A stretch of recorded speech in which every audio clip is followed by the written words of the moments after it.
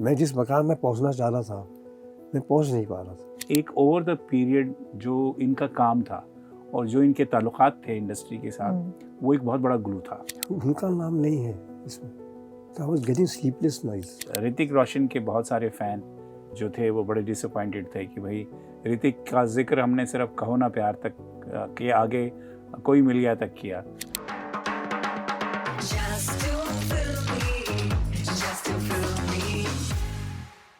You know, there are some films that you grew up watching and there are some tunes that you grew up listening to.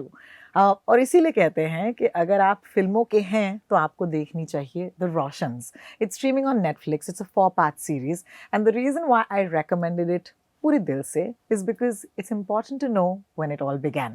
I have with me today Rakesh ji and Shashi ji.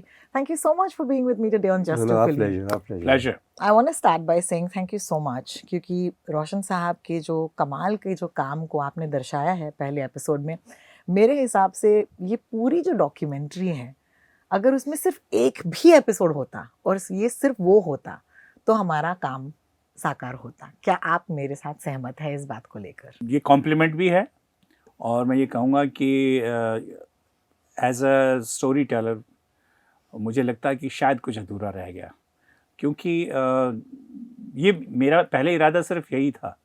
ये फिर मुझे गुड्डू जी ने suggest किया है जब मैंने कहा कि हमको रोशन साहब पे बनानी चाहिए डॉक्यूमेंट्री, तो उन्होंने कहा कि शशि क्यों नहीं हम लोगों की जो और जर्नी रही है उस पर भी। तो मुझे एकदम लगा कि आई थिंक ये बहुत अच्छा आइडिया है। इनका थोड़ा सा फियर ये था कि शायद लोग रोशन साहब के गानों से अभी इत्तेफाक रखते हैं कि नहीं, बहुत नई जनरेशन्स आ गई हैं। तो मुझे भी कहीं एक ऐसा था, दो आई वॉज वेरी कॉन्फिडेंट कि ये अच्छा काम जो है मरता नहीं है, कभी गाना कभी मर नहीं सकता है, और मैं उनके गानों का बहुत बड़ा फ़ैन था। लेकिन फिर भी इनका जो सजेशन था मेरे लिए बहुत अच्छा था। लेकिन हमने जब ये पहला एपिसोड देखा और हमने इंटरनली जब एक दूसरे को से बातचीत की तो हम सब रोए, और रोने के बाद फिर हमने देखा और हमने फिर देखा, क्योंकि वो इतना मुकम्मल कहानी है। बिल्कुल। तो एक ढंग से ये आपका कहना बिल्कुल सही है कि अगर लोगों ने सिर्फ वही देखा होता तो वो गदगद होते कि हाँ, यार हाँ बिल्कुल। लेकिन ये जो फैमिली की जर्नी है, ये जो जर्नी जो आगे तक चल रही है अभी तक, आई थिंक उनके बारे में अगर ना जिक्र करते तो वो भी नाइंसाफ़ी। नहीं बिल्कुल नहीं। मेरा कहने का मतलब यही था कि I think the starting point is very important. हाँ, वो अपने आप में मुकम्मल है। नहीं, मैं आपको बहुत सही कह रहे हैं, लेकिन stand alone would have not got that push what it has got now. Absolutely. Because today's generation may not have connected so much बिल्कुल with my father yeah. whose work was 50 years old. Yeah. So we became the soldiers. Yes. I, Rajesh and Ritik, and we pushed him. बिल्कुल. So that he's known, people listen to him. I loved people it. listen to his songs. I loved it. And you know, the beautiful thing is कि पहले 2 episodes में इतने गाने हैं जो हिंदुस्तान के, कहते हैं ना, जहन में बसे हैं ये गाने। हम सब ने ये गाने गाए हैं, लेकिन कभी कभार हमें शायद पता ना हो कि रोशन साहब की कॉम्पोजिशन है या राजेश जी की कॉम्पोजिशन है, और ये बहुत ज़रूरी है बिकॉज एक लिटरेचर होना हमारे खुद के काम का, I think as an industry हमने इसे काफ़ी लाइटली ले लिया था कि हम एंटरटेनमेंट का काम करते हैं, इसे डॉक्यूमेंट करने की क्या ज़रूरत है। लेकिन आपने ये कर इसे एक इज़्ज़त दी है, इसे एक मुकाम दिया है। क्या ये आपके लिए भी ज़रूरी था? नहीं, इसलिए ज़रूरी था कि कुछ 8-10 साल पहले एक ट्रांजिस्टर निकला था जिसमें कुछ 5-10 हज़ार गाने होते हैं, तो उसमें सबके गाने थे, all the film makers and all the music directors and all the singers. आपको टाइप करें तो सब मिल जाए। बिल्कुल। रफ़ी साहब के या मुकेश जी के या एस डी बर्मन के। I typed my father's name and my father's name was not there, and that gave me a jolt. बिल्कुल। कि my father who gave such beautiful music from his heart, उनका नाम नहीं है इसमें। So I was getting sleepless nights कि मैं क्या कर सकता हूँ। बिल्कुल। कुछ करना चाहिए मुझे। और फिर एक दिन क्या हुआ कि हम दोनों बैठे हुए थे साथ में, and he was singing my father's songs. मैंने Shashi you know all the songs, नेकी बदी के गाने गा रहे हो तुम? बोला मुझे ये भी पता है किसने लिखा है गाना। मैंने शशि को सब बताया, मैंने शशि ऐसी ऐसी बात हुई है, मुझे कुछ करना है फादर के लिए। And he came up with the suggestion, why don't you make a documentary on him, क्या let's make a documentary on him. बोला that's a good thing. And then next day I told him to give him a further push, let's make documentary on the Roshans. I love it. I love it. And the natural choice was Shashi sir. क्योंकि शशि साहब, मैं आपसे ये ज़रूर कहना चाहूँगी कि it's not easy to bring together industry एक साथ आती नहीं है। आई है क्योंकि ये 3 जनरेशंस की बातें करनी है। हाउ इजी और tough was it when you made a request कि तो मैं आपको बताता हूँ कि ग्लू जो है ये क्यों हुआ। एक तो क्या है कि इंडस्ट्री में बहुत डिफिकल्ट है, आप बिल्कुल सही कह रही हैं, लेकिन ये जो काम, जैसे रोशन साहब के जो काम को जानते थे, वो बहुत ईगर थे कि रोशन साहब के बारे में बात हो। तो वो आपको आशा भोसले जी के उसमें लगता है इंटरव्यू में, सुधा मल्होत्रा के, एलपी के, कल्याण जी भाई के, अमीन जी बिफोर, अमीन साहब तो बहुत थे। तो आपको लगता है, क्योंकि they were dying to talk about him, और सुधा जी ने कहा कि आपने बहुत देर में बनाई, तो बहुत पहले करना चाहिए था। Asha ji said the same thing. तो ये जो फैमिली का एक ओवर द पीरियड जो इनका काम था और जो इनके ताल्लुकात थे इंडस्ट्री के साथ, वो एक बहुत बड़ा ग्लू था। बिल्कुल। और उसके ऊपर सोने पे सुहागा थोड़ा ये था कि मेरे भी कुछ 25-30 साल से, चूंकि मैं इस तरह की चीज़ें करता रहता हूँ, तो इंडस्ट्री के साथ एक बहुत जुड़ाव रहा है मेरा, आप लोग जानते हैं। तो ये हमारी दोनों की गुडविल भी थी। और लेकिन सबसे इम्पॉर्टेंट बात ये थी कि इनका जो काम था 3 जनरेशन का, वो इतना कंपेलिंग था। अगर वो कंपेलिंग नहीं होता तो लोग आगे झूठी बातें करते, लेकिन आते भी नहीं। हाँ, आते भी नहीं। तो वो काम ने जो है उनको लेके आया कि उनको भी अच्छा लग रहा था कि वो किसी अच्छे आदमी के बारे में या उसके किसी अच्छे काम के बारे में बात कर रहे हैं। I think you really underbowled your acting career Rakesh ji, क्योंकि मेरे लिए तो आप ही थे ना खूबसूरत में, है ना? हाँ, नहीं है ना? I just felt that story, I didn't perceive you that way, और ये मेरे लिए एक रेवलेशन थी कि मैंने आपके पॉइंट ऑफ व्यू से कभी देखा ही नहीं कि आपको, आपके अंदर ये चाह थी कि आपको कुछ प्रूव करना था।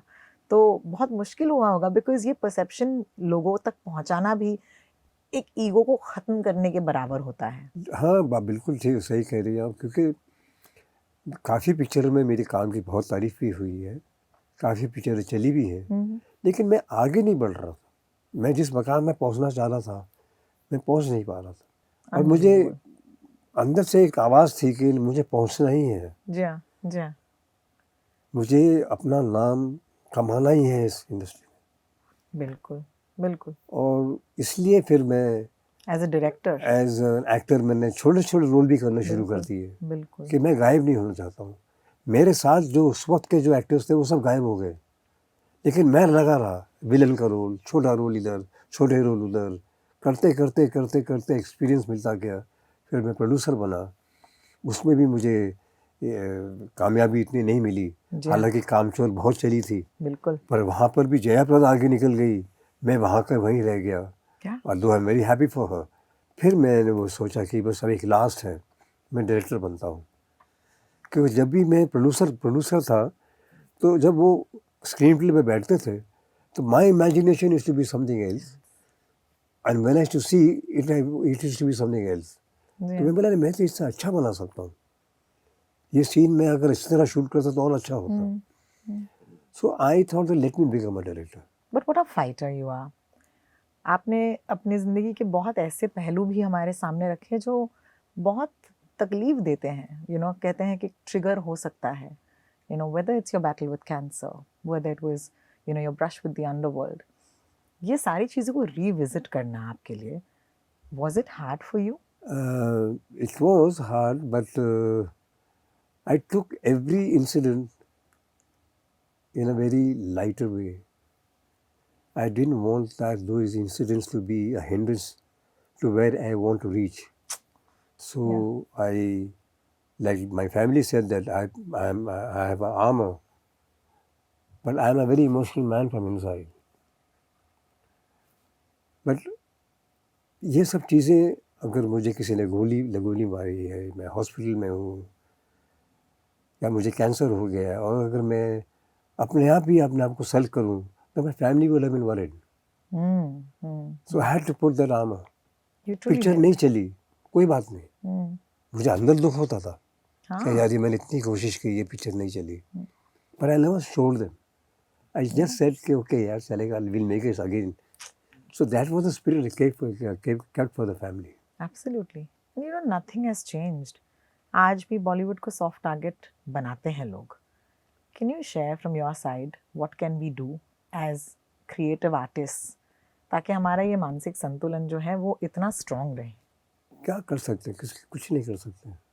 इट इज़ आपका एक कॉन्फिडेंस है, या आपका एक, हम लोगों को भी है सॉफ्ट टारगेट्स, या so we can't do anything about it. मुझे याद है मैं और जितेंद्र एक जगह हम बैठे थे किसी रेस्टोरेंट पे, और सामने एक आदमी बहुत ड्रंक था, तो हमें नाम ले लेके हमें गाली दे रहा था,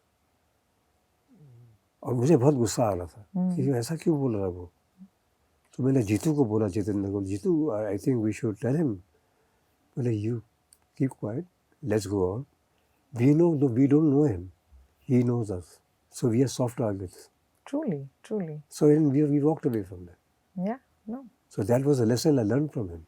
Yeah, thank you for sharing because क्या पता ये इंटरव्यू क्लिप कहाँ पहुँचे और शायद किसी को आज ये सुन के थोड़ी सी और हिम्मत मिले आगे बढ़ने में. इट्स नॉट आइडियल, आज भी हम बैठे हैं यहाँ पर. It's not an ideal scenario, हमारे पास से बहुत बहुत टेरिबल चीज़ें होके गुजरी हैं. But I think they should take a leave from your book because what else can I से.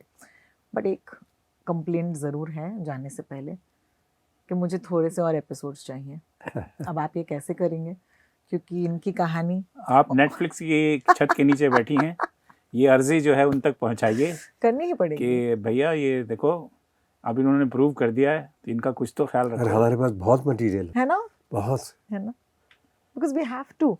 आई feel that in the story telling, क्योंकि आप उतनी ही कहानी पेश कर सकते हैं, बट आई स्टिल फील आपने खेल की बात नहीं की. It's my favourite film. नहीं मैं ये थोड़ा सा क्लियर करना चाहता हूँ कि ऋतिक रोशन के बहुत सारे फ़ैन जो थे वो बड़े डिसअपॉइंटेड थे कि भाई ऋतिक का जिक्र हमने सिर्फ कहो ना प्यार तक के आगे कोई मिल गया तक किया. लेकिन मैं उनको ये कहना चाहता हूँ कि ये कहानी जो है ऋतिक रोशन द सन की थी, ऋतिक रोशन ग्रैंडसन की थी. ये सिर्फ ऋतिक रोशन की फिल्म की और उसकी अपनी ज़िंदगी कहानी नहीं थी. वो होपफुली आगे कभी वो देख पाएंगे. तो ये कहानी रोशन्स की थी जिसमें वो as a son, as a grandson, as a father, as a son relationship वो हमने दिखाया है. दिल का होना प्यार है, दिल का होना प्यार है. उसके बाद की जो जिंदगी है बिल्कुल वो उसकी है, ये जब भी वो बनाना चाहे वो बनाएंगे. बिल्कुल. But I love the hope that you left us with, because there is one shot जहाँ पर रेहान और Ridan they are playing music, and I don't know कि what lies in the future for them, but at the same time it's beautiful because जैसे कि रोशन साहब ने कहा था कि एक दिन लोग मेरा नाम जो है वो चिराग लेकर ढूंढेंगे. एंड आपने वो चीज़ जो उनकी जो एक ख्वाहिश थी या फिर ऐसे उन्होंने बोला होगा, उस चीज़ को साकार करना बहुत कम बच्चों को मौका मिलता है कि वो अपने माँ बाप का नाम रोशन करे, और ये आपने किया. आप मानेंगे नहीं कि ये लास्ट 3 दिन में जब से ये रोशन रिलीज़ हुई है, इतने मैसेजेस मुझे आ रहे हैं, इतने फ़ोन कॉल्स आ रहे हैं तरह तरह के जगह लोगों से, दुनिया से, कि मैंने उनको 40 साल पहले मिला होगा, 30 साल पहले मिला होगा. And I feel so happy that I made this for my father. Absolutely. No, it's goosebumps. Very few kids get to do that for their parents, and you got the opportunity to do that, and I think it's amazing. Honestly, this is why I do my job, because हमें तो यही करना है. We're crazy about the movies. Thank you so much for giving us such a beautiful documentary series. Thank you. Thank you. Thank you, sir. Thank you. Thank you. Just to feel me, just to feel